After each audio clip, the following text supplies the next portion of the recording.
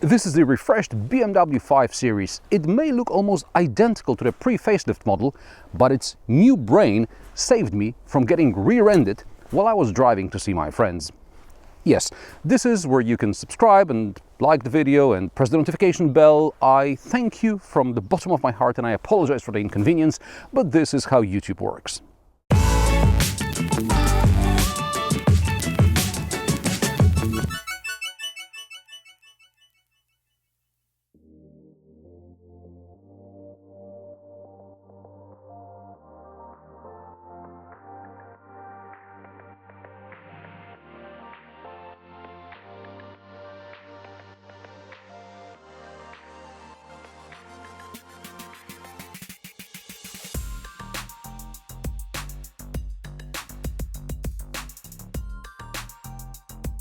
The refreshed BMW 5 Series is available in sedan and estate body style. You can get it rear-wheel drive or all-wheel drive with a choice of 4 and 6-cylinder engines as well as the range-topping V8. The 4 and 6-cylinder engines are all either mild hybrids or PHEVs. The most powerful PHEV is 545e xDrive and it has the same 0 to 100 km/h time like this 540d xDrive test car. The most powerful diesel with a mild hybrid system.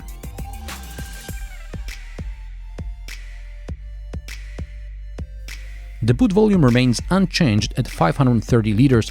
The boot is longer than it is wider. There is literally one shopping bag hook and handles to fold the rear seats. Unfortunately, the backrests are not spring-loaded, so you either have to push them with longer luggage or go around and fold them from the passenger compartment side.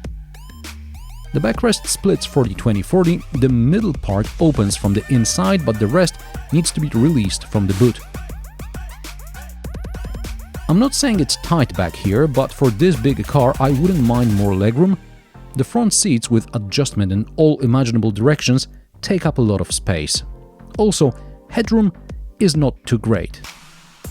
In the back you get AC controls, a 12-volt socket, 2 USB-C ports, an armrest with cup holders, as well as a place for bottles in the door bins. The biggest change in the front is the digital instrument cluster. Since the first time I've seen it in the BMW X5, it kinda stopped bothering me. I got used to how it looks and I understand what's displayed, and it's necessary for all the driver aids. Another new feature is the larger infotainment screen with the BMW operating system 7. In the pre-facelift model review I said the iDrive has reached its full potential and younger buyers may want something more. From a times perspective I uphold my opinion, but before you light up your keyboards telling me this is the greatest infotainment system in the automotive history, let me explain. Back in the day, cars only had a radio and maybe a cassette deck. Then you got some rudimentary trip computer data, sat-nav, and finally digital services exploded. But to be honest, what do you really use besides sat-nav? I understand modern cars have several dozen parameters which you can adjust and save in the driver profile. They are related to comfort as well as to driver aids. But in the end, you're probably using sat-nav, perhaps an audio player and Bluetooth hands-free system for most of the time. All this can be achieved with Apple CarPlay and Android Auto. BMW operating system 7 works with Apple CarPlay and Android Auto. In both cases it's wireless, kinda sorta, because these apps eat up battery so quickly, wireless charging usually can't keep up or even hold the charge. I'm told, because my phone doesn't do induction charging. So it's wireless, but only on short journeys. Wireless Android Auto works most of the time, but sometimes it freezes. And then you can't reset it because it is constantly connected to the car. There is no reset on the infotainment side, so you can either reset the phone, delete the connection to the car, or stop the car, lock it, take a 5-minute stroll while the infotainment system resets. I had to perform one of the above at least once every day. Well, at least BMW left some physical buttons and knobs for the radio and AC, although some functions are touchscreen controlled. Like in the BMW 8 Series, also here I wouldn't mind a bit more space to store things. This is a great long-distance cruiser and I'd like to have with me something more than just my phone and a water bottle. And that's before we get to the passengers.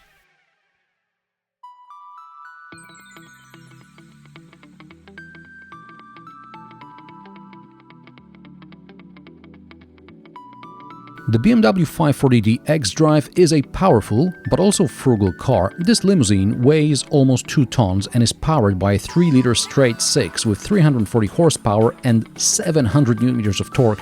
The 0 to 100 km/h time is 4.6 seconds, quicker than the petrol 540i. I checked. On a somewhat damp surface, I got 4.8 seconds in sport mode and 5.5 seconds in comfort mode. But the 80 to 120 km/h time was around 3.5 seconds, regardless of the drive mode. And this car is no slouch.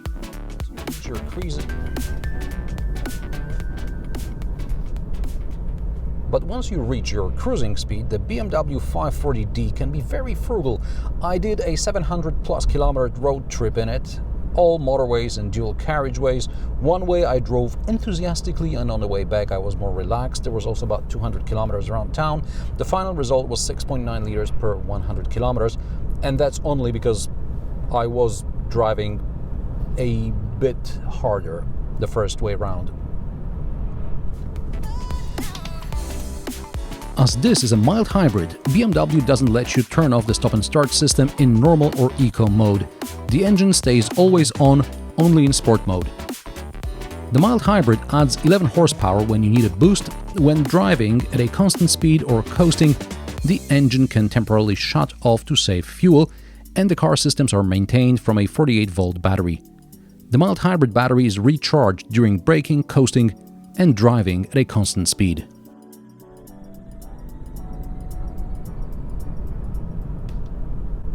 Soundproofing is phenomenal. You can talk, drive, listen to music, nothing disturbs you. At night, laser lights not only light the road 650 meters ahead, but also cut out oncoming traffic so they don't dazzle other drivers. Laser headlights, which now can be ordered regardless of the trim level, adapt to the speed and the type of road you're driving on.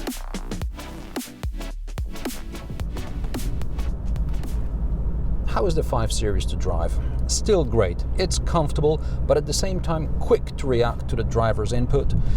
You get in and you feel you understand the car, and the car understands you. The suspension masks any bumps. The xDrive engages front wheels if necessary, so the car is rear-wheel biased. You can order so-called Integral Active Steering, or IAS, which is adaptive steering plus active rear steering. At low speeds, the turning circle is smaller, and at higher speeds, the car is supposed to feel more agile. It's great for tight parking maneuvers, but my experience with the IAS and similar systems in other brands is rather negative, as I feel the cars are unstable at higher speeds. I complained about this in the Porsche 911 4S. It's got to do with all-wheel drive, because in the Carrera 2S with adaptive steering and active rear steering, everything was fine. Anyway, this 540d doesn't have IAS, so it handles straight and true. It's just a handful around parking lots, so the 360 camera system is a blessing. The turning circle for the 5 Series is 12.4 meters with the xDrive, or 12 meters with rear-wheel drive.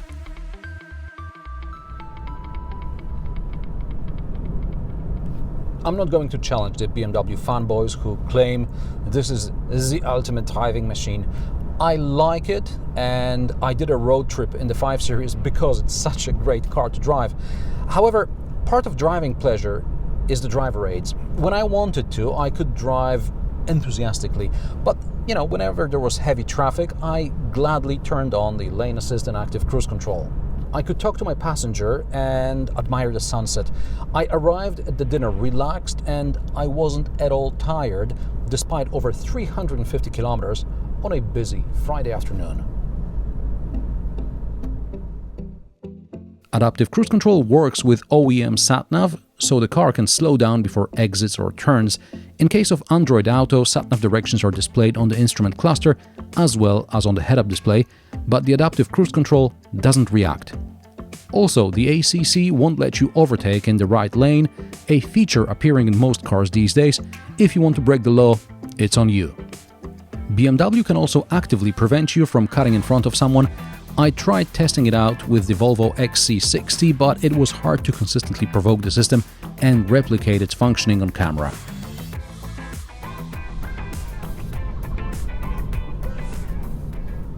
I wouldn't be able to replicate something I got to test by chance on my Friday afternoon drive. Increasingly often, cars have collision warning sensors, not just in the front but also in the rear. One time a few years ago, I was in a car where the seatbelts tightened all of a sudden and the active headrests even popped out because it seemed like the car would rear end us. But it stopped, barely, but it stopped. BMW can do the same, but there's more, and it's called the evasion assistant. What it does is that if there's an imminent threat of a rear-end collision and you drive between 30 and 160 kilometers per hour, the evasion assistant can help you carry out an evasive maneuver, allowing you to escape the approaching car from the back. I was in the left lane with other cars waiting for a lorry to overtake one another. The right lane was empty, mostly, and a few cars before me started braking abruptly for some reason. The BMW gave me the collision warning, but before I started braking properly, I suddenly found myself in the empty right lane. I'd never do a maneuver like this in such a situation because I knew I could brake. There was enough space for me in the front. However, the rear collision sensors must have decided it's time to get out of the way of the guy in the back. I wish I had a camera with me because it was a surprising and at the same time an interesting experience. Not scary at all, just interesting.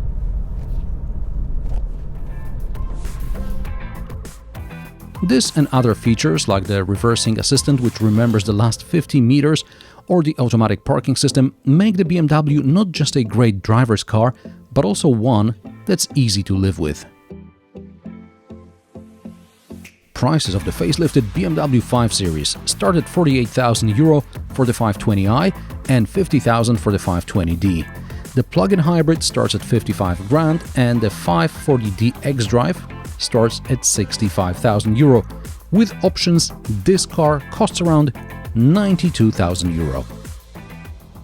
The BMW 5 Series shows what modern premium is all about. It's a car which gives you driving fun, but at the same time it discreetly keeps you safe and comfortable.